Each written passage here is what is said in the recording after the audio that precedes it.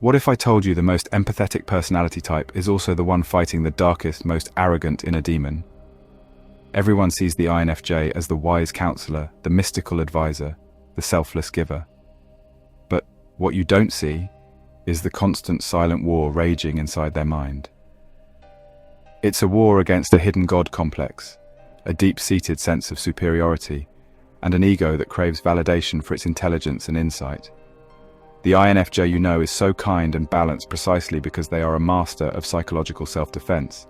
They aren't fighting others, they're fighting themselves. Today we're pulling back the curtain. This isn't about their empathy.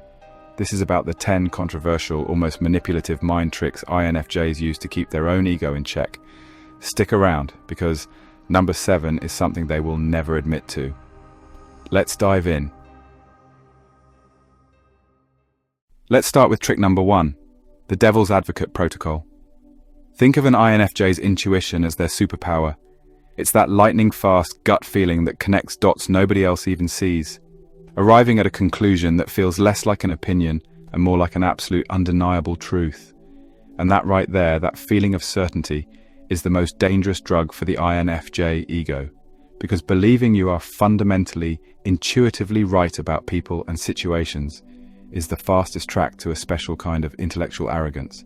It creates a hidden hierarchy in their mind, where they're at the top, the enlightened one looking down on everyone else who just doesn't get it. So to combat this, they have a built-in psychological protocol that activates precisely when they feel most certain. It's called the Devil's Advocate protocol, and it is a deliberate act of intellectual self-sabotage. The moment their intuition serves them a rock-solid conclusion on a silver platter, they don't just accept it, they immediately and ruthlessly begin to argue against it. This isn't indecisiveness or self-doubt. This is a calculated and humbling ritual. It's the INFJ version of a fire drill, but for the ego. They are intentionally setting their own mental house on fire to practice putting it out. They will ask themselves the toughest questions they can possibly conjure. What if my gut feeling is completely wrong this time? What are the 3 strongest arguments against my own position? If my smartest opponent were here right now, how would they dismantle my entire thesis? By doing this, they force intellectual humility. They expose the potential flaws in their own logic before anyone else can. This trick prevents their greatest gift, their intuition, from hardening into an unchallenged dogma. It ensures their insight remains a flexible tool for genuine understanding, rather than a rigid weapon for intellectual superiority. They would rather be wrong and humble than right and arrogant, and this protocol is how they enforce that core value. Trick number 2 is one you've definitely seen. The Art of Strategic Deflection. You've definitely witnessed this one. You give an INFJ a genuine, well-deserved compliment on their work, their insight, their appearance, and what do you get in return? Not a simple thank you, you get a flurry of awkward deflection. That presentation was amazing is met with, oh, it was nothing, the audience was just so receptive. You have a real gift for understanding people is countered with, well, I just listened to what you're really saying. This isn't just classic humility or a sign of low self-esteem. To mistake it for that is to completely miss the sophisticated psychological game being played. For the INFJ, a direct compliment is not a gift, it's a direct injection of fuel straight into the engine of their ego. And their ego is an engine they are terrified of ever letting overheat. They've seen what happens when it does. The subtle arrogance, the unconscious sense of superiority, the separation from others that comes from believing your own hype.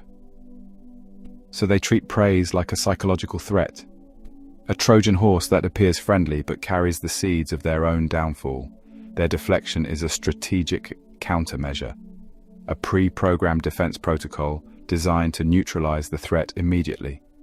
By instantly crediting luck, circumstances, the team, or even the person giving the compliment, they perform a verbal and mental sleight of hand. They are actively diverting energy away from their own ego, siphoning it off into the environment around them to maintain their delicate internal equilibrium. It's a conscious act of balance. They know that the path to the dark side, to a full-blown savior complex where they believe they are the special enlightened one, is paved with accepted compliments. So they choose the cringe, they choose the awkwardness. They would rather you think they have no confidence at all than risk you, or worse, they themselves, believing they have a reason to be arrogant. Their humility isn't a lack of pride, it's a disciplined rejection of it. Trick number 3 is their most powerful empathy tool, turned inward as a weapon, the perspective heist. This next trick is perhaps the INFJ's most profound and devastatingly effective weapon against their own ego, and it involves weaponizing their greatest strength against themselves. It's called the perspective heist. We've all experienced moments of silent judgment. You see someone making what you consider a foolish decision, or you hear someone express a worldview you find naive or even offensive. For a split second, that feeling of superiority flares up. That's the ego, pure and simple, and it feels good. It creates a comfortable, validating separation between me and them. But for the INFJ, that feeling is a 5-alarm fire in their psyche. They cannot and will not tolerate it. So they don't just dismiss the judgmental thought, they launch a full-scale mental invasion of the other person's entire being.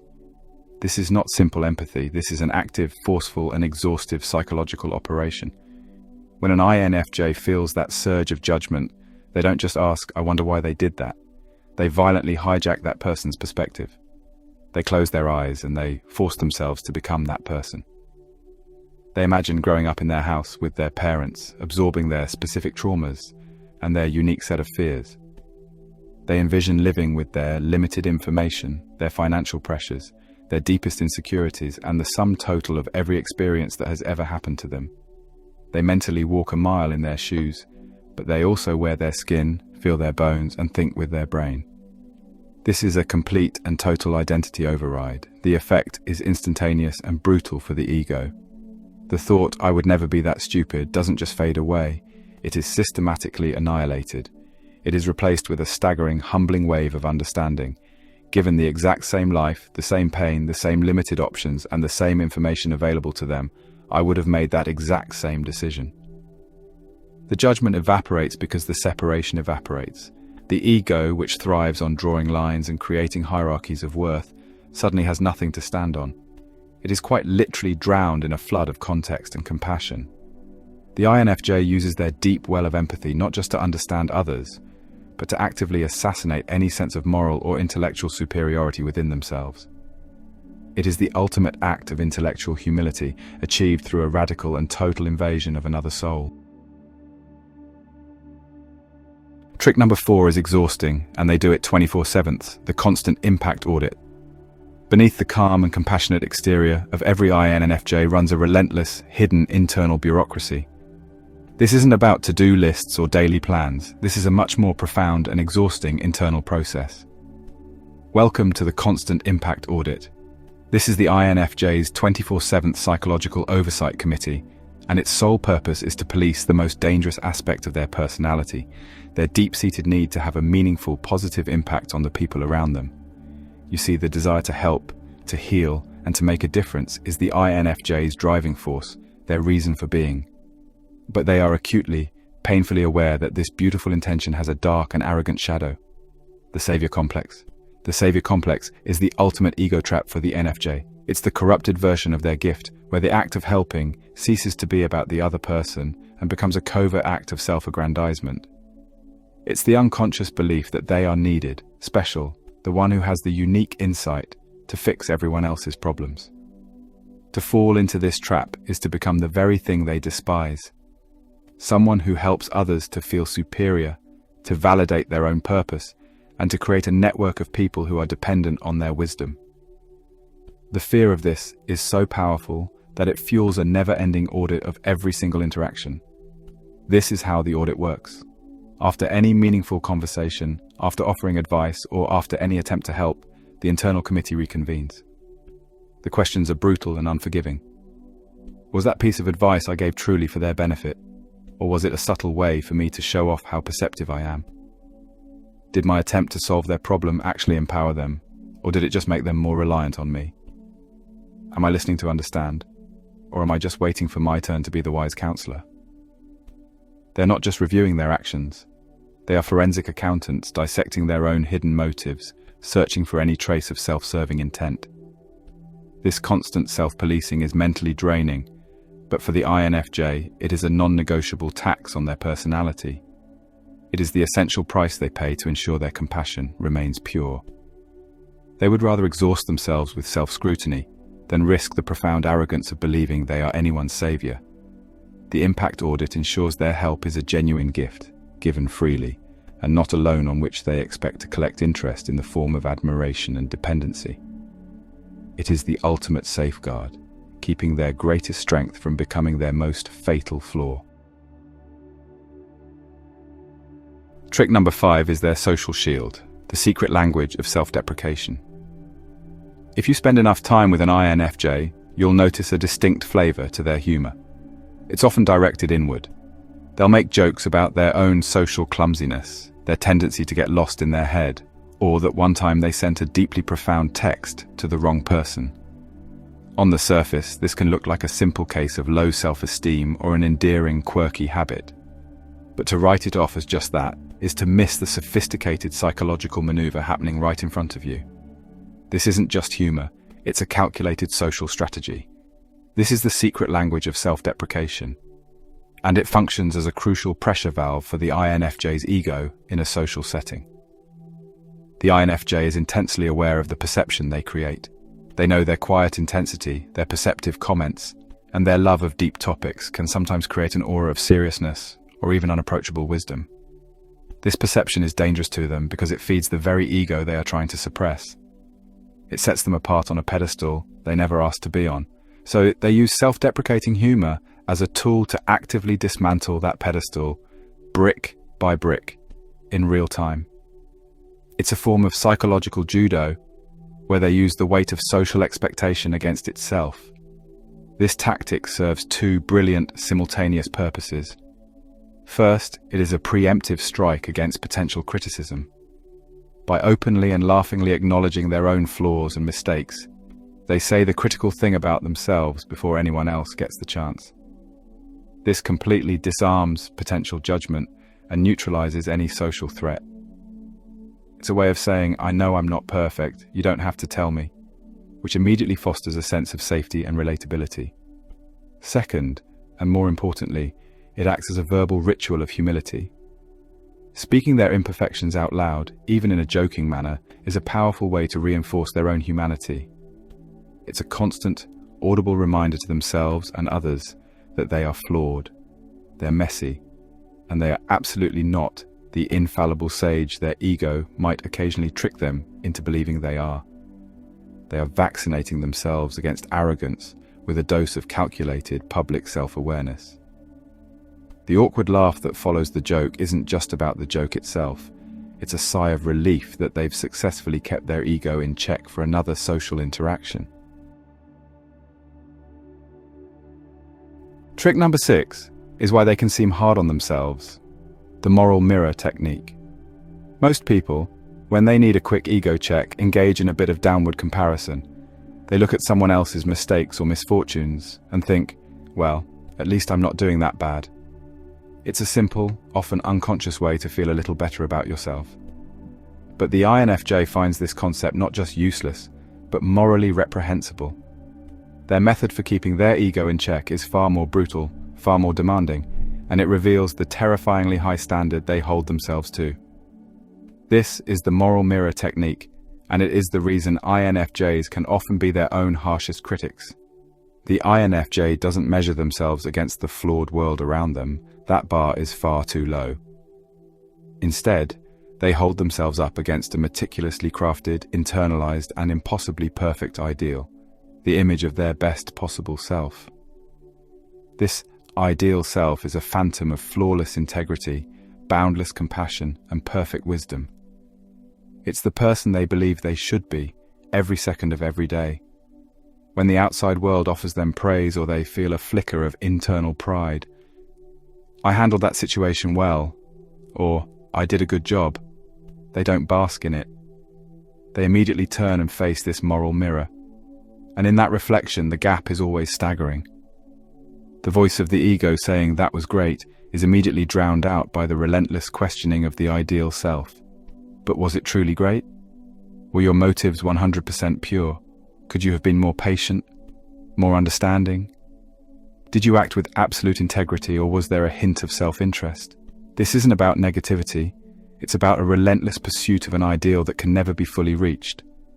The feeling of satisfaction is instantly transformed into a humbling awareness of how much further there still is to go. This technique is psychologically brilliant because it effectively weaponizes the INFJ's own idealism against their ego. The energy that could have been used to fuel arrogance is instantly converted into fuel for perpetual self-improvement. That spark of pride doesn't get to grow into a flame. It is immediately used to light the next step on their endless journey. They are not comparing themselves to others. They are comparing themselves to a version of themselves that exists only in their mind's eye, a version that is always, by design, just out of reach.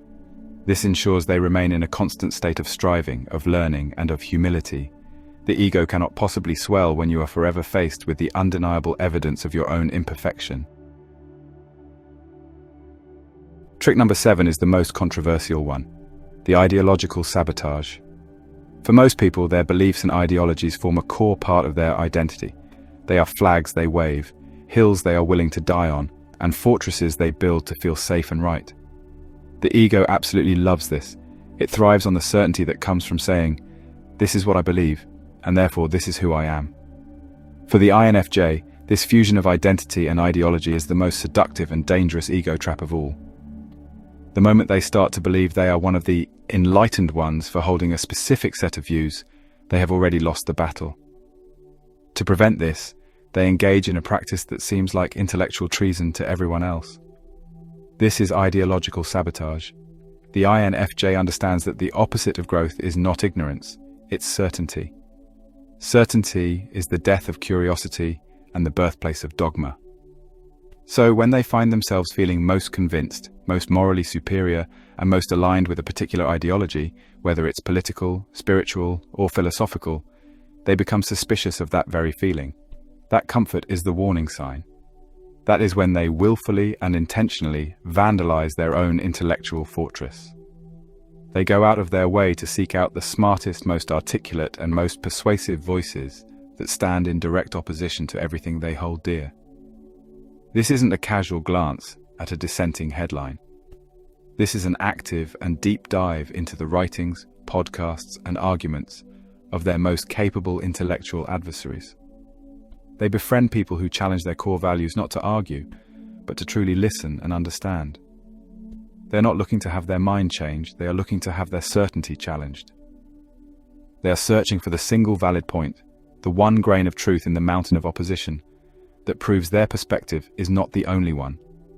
This practice is intensely uncomfortable. It creates cognitive dissonance and mental friction on purpose. But that friction is the entire point. It is the grit that sandpapers down the sharp edges of their own arrogance. It is the ultimate act of intellectual humility, to willingly subject your most cherished beliefs to stress tests.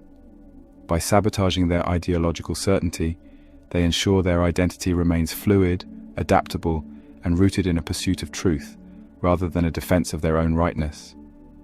They would rather be constantly questioning and complex than comfortably certain and arrogant. In a world screaming with conviction, the INFJ's quiet commitment to doubt is their most powerful trick against the ego.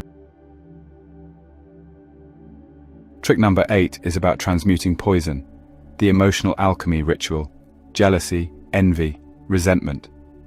In the human emotional spectrum, these are often treated like toxic waste, something to be quickly disposed of, ignored, or hidden away in deep shame. We feel them, we feel guilty for feeling them, and we try to pretend they never happened. But for the INFJ, these so-called negative emotions are not garbage. They are raw, unrefined data. They are the flashing warning lights on the control panel of their psyche, and ignoring them is not an option. Instead, they perform a delicate and transformative internal ritual known as emotional alchemy, a process designed to transmute these ego-fueling poisons into the gold of self-awareness. The INFJ understands that these ugly feelings are pure, high-octane fuel for the ego. Jealousy isn't just about wanting what someone else has, it's the ego's story that you deserved it more. Resentment isn't just anger, it's the ego's narrative of being wronged and superior to the wrongdoer. To let these feelings simply exist is to pour gasoline on the hidden fire of arrogance. but to repress them is just as dangerous, as repressed emotions fester and mutate. So the INFJ chooses a third path. They sit with the discomfort. They invite the ugly feeling in, not as an enemy, but as a messenger carrying crucial information. This is where the alchemy begins. They don't just feel jealous, they interrogate their jealousy with ruthless curiosity. Okay, I feel a pang of jealousy that my colleague got that promotion. What is this really about? Is it about the money? Or is it a signal that I feel stagnant in my own role? Is it pointing to a deep insecurity about my own professional value? Is it envy of their confidence? And if so, how can I build my own? They apply this same process to resentment. I resent that my friend cancelled plans again. Is this truly about their flakiness, or is it highlighting my own unmet need for reliability and respect? Is it a sign that I need to set a clearer boundary? By dissecting the emotion, they strip it of its power to fuel the ego's destructive narratives. The feeling of I'm better than them is transformed into the actionable insight, I need to work on my own sense of worth. The narrative of they wronged me becomes the data point, I need to communicate my needs more clearly. This ritual denies the ego its favorite fuel by converting it into a tool for growth. The INFJ understands that the shadow self is not something to be defeated, but a source of intelligence to be integrated. They don't kill their demons, they put them to work. Trick number 9 is a power move by giving up power, the conscious power relinquishment. There is a specific kind of power that the INFJ wields, one that is often invisible to everyone, including sometimes to themselves. It's not the power of position or loud authority. It's a soft power, a subtle gravitational influence over the emotional climate of a room and the direction of a conversation. They can, often without trying, guide people toward their way of thinking, soothe tensions with a carefully chosen phrase, or sense the unspoken consensus of a group. When they become consciously aware of this influence, it is intoxicating to the ego. It feels like being the unseen director of a play, the one who is secretly pulling the strings to orchestrate a better outcome. And that feeling, that godlike sense of control, is the trap. To avoid falling into this trap, the INFJ employs a counterintuitive and deeply humbling strategy: the conscious power relinquishment. This is the deliberate and voluntary surrender of their influence. It is an act of will where they actively choose to not use their power, even when they know it would lead to a better result. Imagine being in a meeting where you can see the group heading toward a mediocre decision. Everything in your being is screaming to intervene, to gently guide them back on course with a few perceptive questions. The INFJ in this moment of ego-checking will consciously choose to stay silent. They will physically sit on their hands, bite their tongue, and allow the group to proceed, even if it means failure. Or with friends, they will resist the urge to be the planner, the therapist, or the wise advisor. They will force themselves to be a passive participant, to follow someone else's flawed plan without offering a single suggestion, to simply listen without trying to fix or reframe. This is not passive-aggressive behavior, it is an active workout for their humility muscle. It is a ritualistic practice designed to remind themselves of a fundamental truth. The world does not need their constant direction to function. It is a rebellion against their own inner control freak and a rejection of the savior complex that lurks within. By willingly giving up their influence, they reaffirm that their value is not solely in their guidance, but in their ability to sometimes just be present, to follow, and to be one of the group, not its unseen leader. This voluntary power down is the ultimate proof that they control their gifts, and not the other way around. And finally, trick number 10 is the foundation for all the others, the eternal student identity. If you were to ask an INFJ, even a highly accomplished one, to describe their fundamental nature, you would almost never hear words like expert, master, or guru.